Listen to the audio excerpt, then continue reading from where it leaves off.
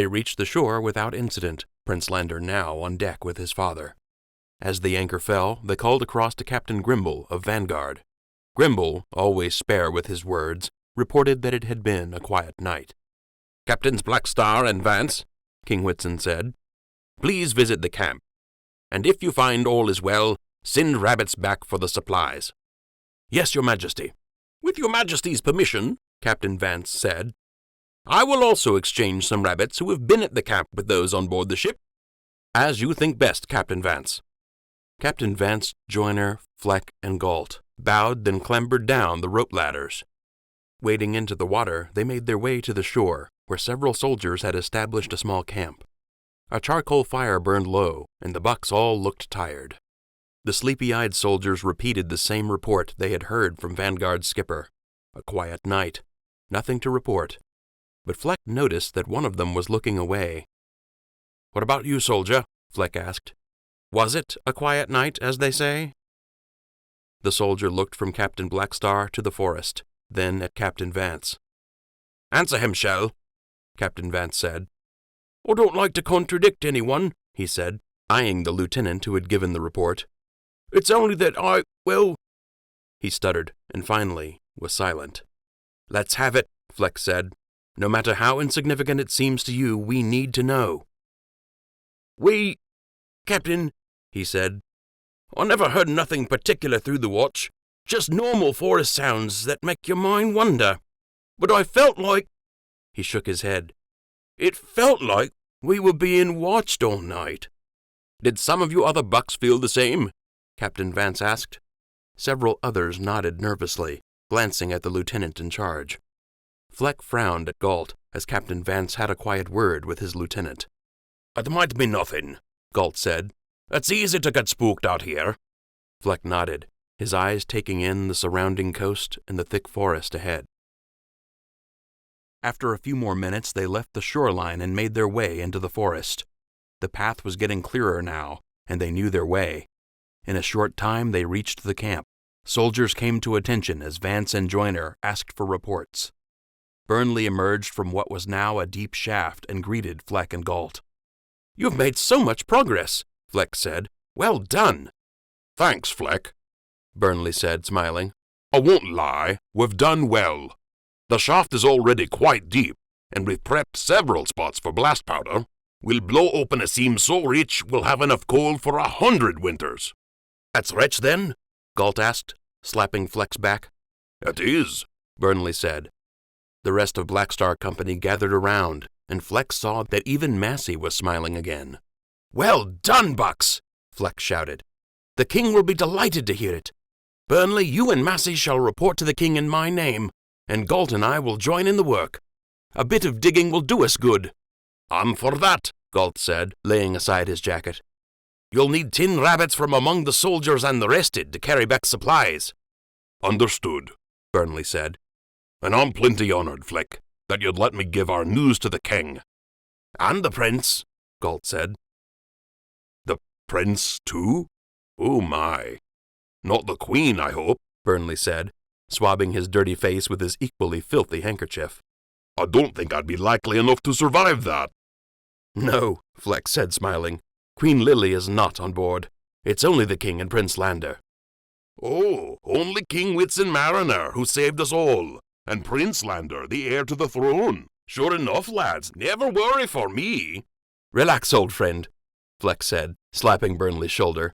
"You know the king, and the prince is, well, he's feeling humble today." "Let's go, Burnley," Massey said. "I'm ready to stretch my legs in the sunshine." As Fleck reached the mouth of the cave, a loud whining echoed down the mountain. "Not again," Galt said, reaching for his sword. Chapter 13. The soldiers drew their swords, and Captain Vance ordered his bucks to form a hasty perimeter. The dirty bucks of Blackstar Company filled in the gaps. "Steady," Fleck called, walking slowly toward the noise. Fingering the hilt of his sword, he scanned the trees. There was no fog this time, but everything else felt eerily familiar. His wound, which he had hardly thought of for days, began to throb. The whine sounded again, and the bowman scanned the forest. Whatever it was, It was close. Fleck frowned, his eyebrows creased. He waved his arm quickly, demanding silence. The whine came again, this time more distant. It sounded wild, mad, but it trailed off on the wind. Fleck's eyes grew wide, and, without a backward glance, he bolted into the forest.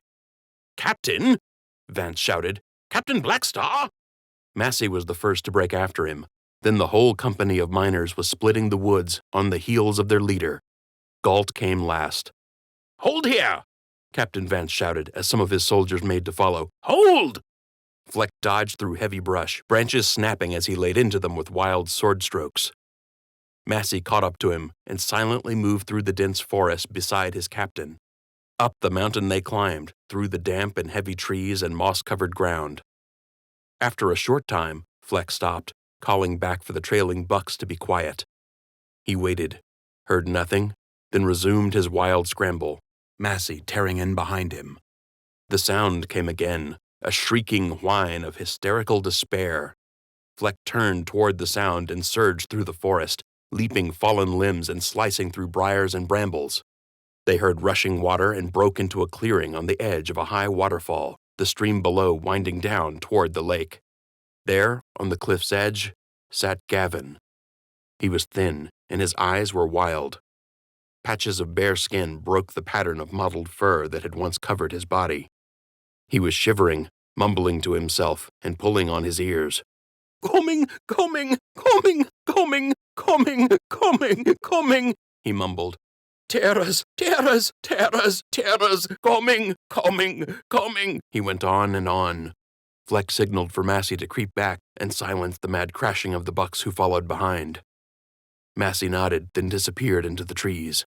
Fleck crept slowly toward Gavin, his hands extended in a gesture of calm assurance. "I'm coming to sit beside you, Gavin," he said. "I'm your friend. Remember me? I'm Fleck." "Terrors!" Gavin shouted, scooting closer to the precipice.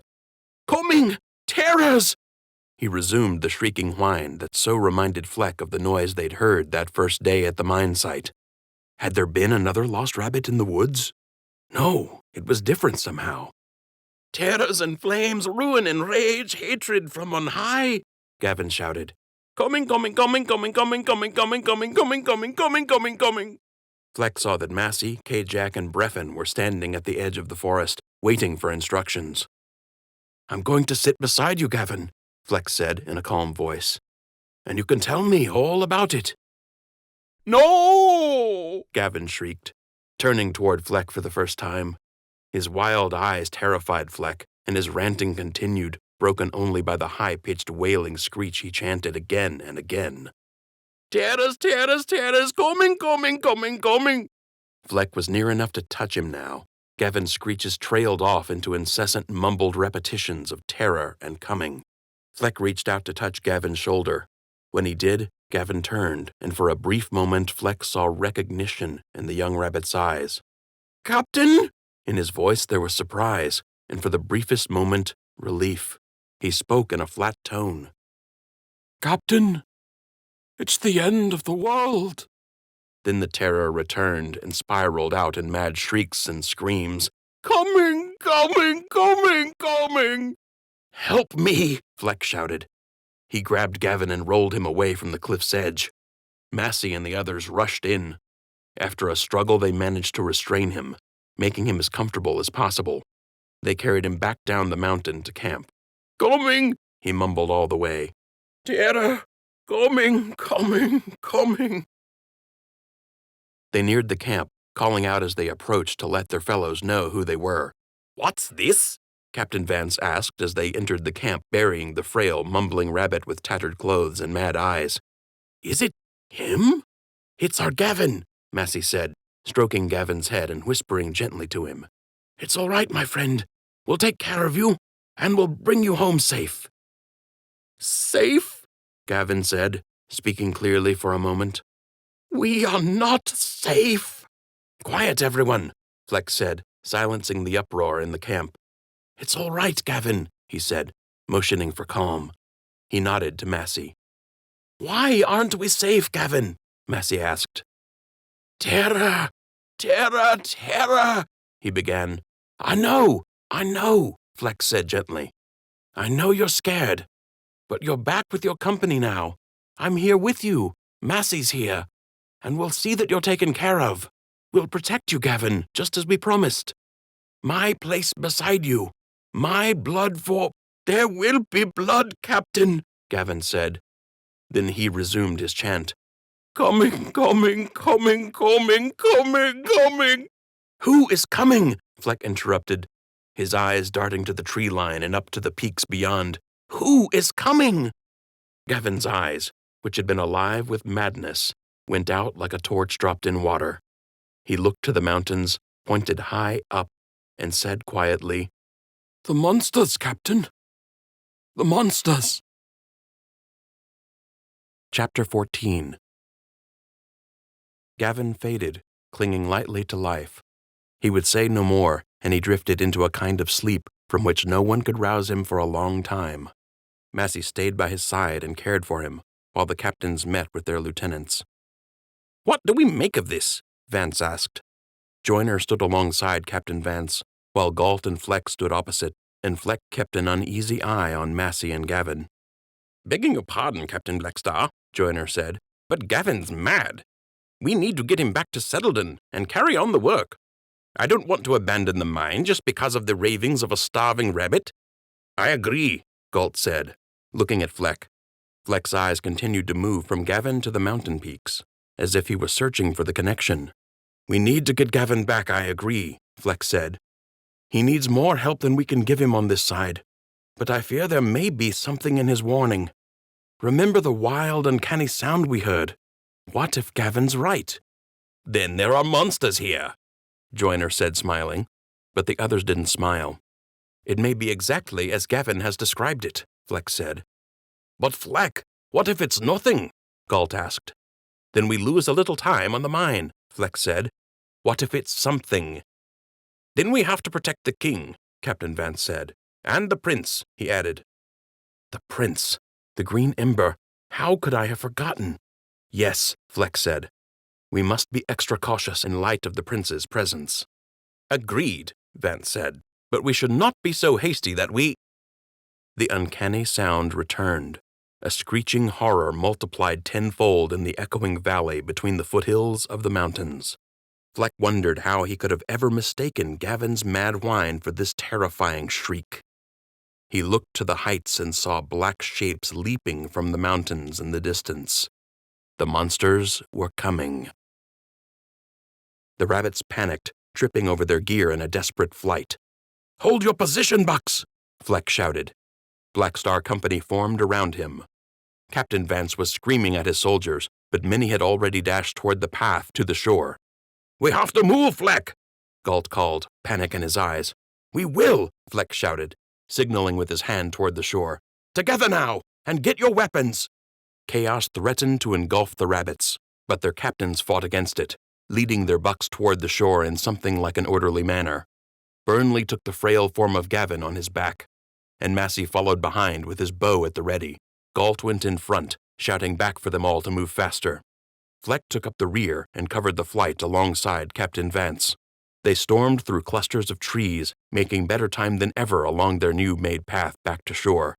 Still, it felt painfully long.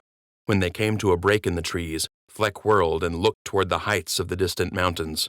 The sight filled him with terror. Flying monsters leapt from the heights of distant peaks and beat their black wings, filling the sky. They were advancing toward the lake, toward the king. They seemed to have flames for feet and blades for faces. The speed of their approach was terrible. Fleck stumbled, then charged on, unable for a moment even to shout for his company to hurry. He glanced at Captain Vance. His stunned expression told Fleck they had both seen the same thing. At last they broke through the trees that hid the shore. They found a chaotic scene on the beach. Vanguard, in a panic, had already set sail for Settledon. Lily remained at anchor alongside Natalia. The remaining ships couldn't hold all the rabbits, so they were trying to signal Vanguard to return. Captain, what is this? King Whitson shouted when Fleck finally found him. They were on the shore surrounded by wild, splashing, harried shouts and a general din of panic.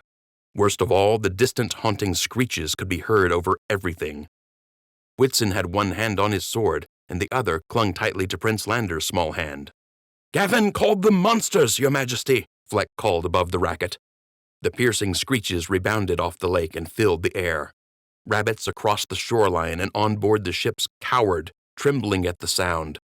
Some dove to the ground. Fleck crouched, then stood again, spinning to survey the sky. It was an unspeakable terror. Hordes of massive flying creatures filled the distant sky, less distant every moment. "Sir," he shouted to the king, "I think we could keep you safer at the mine." "No, sir, the ships," Captain Vance shouted. "That's where all the soldiers are." Only a few soldiers remained on shore, bravely surrounding the king's conference. "It's too open," Fleck shouted.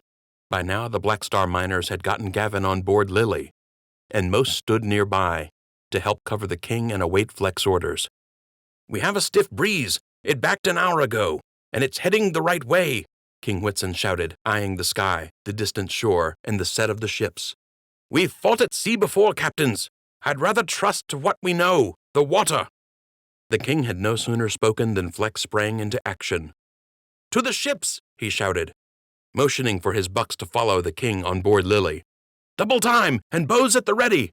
Protect the king and prince!" They splashed through the shallow water, then waded in to reach the rope ladders. Once on board, they spun to survey the approaching threat. The deck was full, too full. Vanguard had not taken enough rabbits on board to evenly distribute the crews. Lily's hands shouted for the soldiers and miners to move while they made the vessel ready to sail.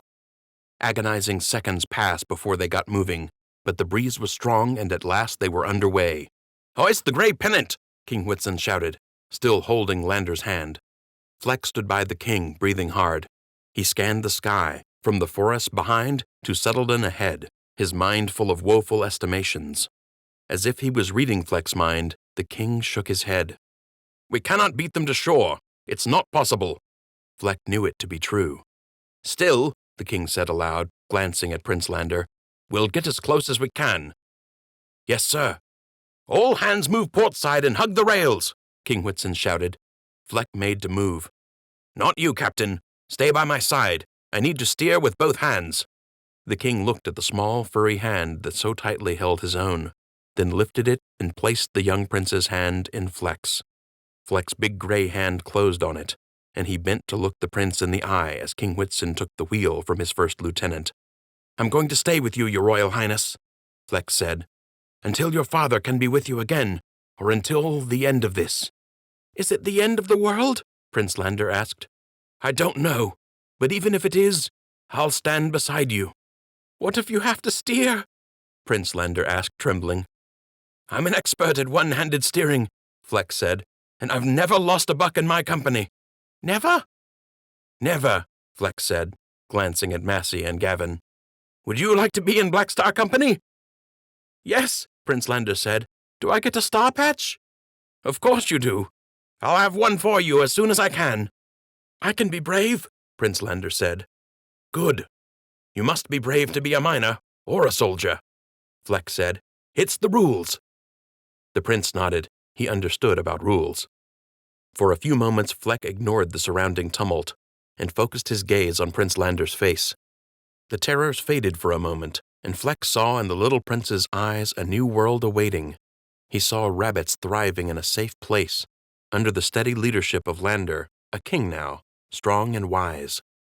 The picture came to him in a rush, all at once, and he loved it. It was the little prince who spoke, arresting Fleck's waking dream. "You don't seem afraid, Captain Blackstar," he said. "You're smiling." Fleck realized that he was, and now the prince was smiling too. "I am afraid," Fleck said, tenderly touching the prince's head. "But I keep on loving what's on the other side of this fight, and that will have to make me brave." "There," King Whitson called. "They come." Fleck spun and saw them. Monsters. Chapter 15. They swooped down in a wave over the mine site, the tree line and the water's edge. As the monsters came closer, they dropped low over the water. They looked like a wave of black fog dotted with bright orange, rolling up to meet the ships. Fleck turned Prince Lander away from the scene. He glanced back, however, trying to locate his bucks. He looked at Massey, who was finally getting Gavin to eat and drink a very little, and at Kajak, Breffen, Hollis, and the rest, who checked their weapons and shook their heads. They all stood portside, along with most of the crew and soldiers. But there was Galt, standing on the prow of the ship like a statue. Like the rest, he was stunned into silence. King Whitson shouted, "Stay on the port side as long as you can. When they attack, be bold. Remember the heroes of Golden Coast and do your worst." A shout rang out, a cry to aid their wavering belief. Fleck took an offered spyglass from King Whitson. The black wave of monsters approached, wings beating in time. Through the glass, Fleck could see their sharp, pointed beaks. Their feet were long and fitted with vicious blades. Many wore black armor, and most bore torches. "These are the birds of prey," Whitson said. "I fear legends have become real, and our nightmares chase us into daytime." "Legends or no, they're creatures and can be killed," Fleck said. "Let us hope so." Whitson's steward fastened the straps of his breastplate as the king gripped the helm. He held tight, and wind filled the sails, driving them on. "The wind is for us, your majesty," Fleck said. Was it possible to make it across before the monsters were on them? "If it stays like this," Whitson began, but he did not go on. They both looked from the sky to the town and back, silently urging the wind to blow like it had never blown before. Lieutenant Walters returned to the command deck. "Your Majesty, if we carry on like this, we'll need to reduce sail. The strain is telling and the foremast is cracking." "Thank you, Lieutenant," he said. "We will carry on." "She'll come down, sir." "If we take in sail, Walters, we'll be torn apart," the king said, nodding to the sky behind them. "Make the foremast fast by binding it with rope as well as ever you can. It won't hold together long, but it may buy us a little time." "Yes, sir," Lieutenant Walters said. He ran off, barking commands to several hands. In a moment they were charging past bearing great coils of rope. These they uncoiled, wrapped around the fractured foremast, and tightened carefully. Wrap and tighten, on and on they worked. Soon Walters reported to the king. "The foremast is as secure as we may make her, sir," he said. "Thank you, Lieutenant," the king said. "Please ask Captain Vance to come to me at his earliest convenience." Walters nodded, then turning, he shouted, "Pass the word for Captain Vance!" Fleck marveled again at the calm courtesy displayed by the king and his hands, even amid a terrifying chase. Soon Captain Vance appeared. "Your Majesty!" "Captain, please be sure that every archer we have is on deck, every available arrow at hand." "Very good, sir." Vance turned and called for Joyner, and together they saw all the archers armed. "If we by some miracle make land before—" Fleck looked back at the steady approach of their pursuers. "What then are your orders?" "We do whatever we can, Blackstar," King Whitson said. "It will be an awful fight, but we must get as many as possible to safety." Here he glanced at Prince Lander. "We must think about the future." "I understand, sir," Fleck said. The wind blew hard. He turned to survey the sky. Of course, the wind carried the birds on faster as well, but the ships seemed to outpace them. A slow hope grew in Fleck. The hands sensed it as well. The mood on board was shifting. Lieutenant Walters approached, a smile on his face. "It seems we'll make it to shore before them after all, sir, as long as the wind holds." Even as he spoke, the wind slowed and all but died. The ships coasted on. But now the black wave of terror surged, gaining on the ships with awful ease. Fleck moved to the rail and gazed at Settledon. It was still too far to swim to shore, at least for most of the rabbits. They were near the harbor, and Dobble's Point loomed on their right. But it would do little good to make land there. They would be farther still from Settledon, and they would be easy targets for the birds. King Whitson looked at Fleck and shook his head. He smiled quickly at Lander, then called above the noise, "Be brave, bucks! Sell your lives dearly and slow their advance. We all have loved ones, little ones, and sweethearts back home. Every moment we delay the enemy counts. Use the boat hooks. Run ropes through the rigging like a web. Make it hard on these devils. Do all you can and be brave." Fleck raised a shout along with the rest. The king was right. The only possible goal was to slow the advance. to distract their attackers and buy time for those ashore to get to safety. He expected none on board the 3 ships to survive. "Archers!" Whitson called out. "Prepare a volley on my mark!" Standing along the rails, they nocked their arrows and waited. "Black Stars!" Fleck called. "Bows at the ready!" Those who could obeyed and joined their fellows at the railing. Fleck saw Massey draw his bow with 3 arrows nocked and a wild fury in his eyes. Just behind him knelt Gavin, like Massey's own ghost. Though he had eaten and drunk during the voyage across, for now he could only watch. As the archers stood ready, the bravest hands went aloft, spreading rope through the rigging, as the king had commanded. Hideous screeches filled the air. Rabbits flinched and fell, some from the tops, to crash on deck. The beating of the birds' wings came to the rabbits like the bellows of death. They screeched and shrieked, and the eerie whine came over the water like brittle doom broken and shattering on the ships. Terror came before them, and only the bravest could continue the preparations the king had ordered. Then they were there. The monsters were above them.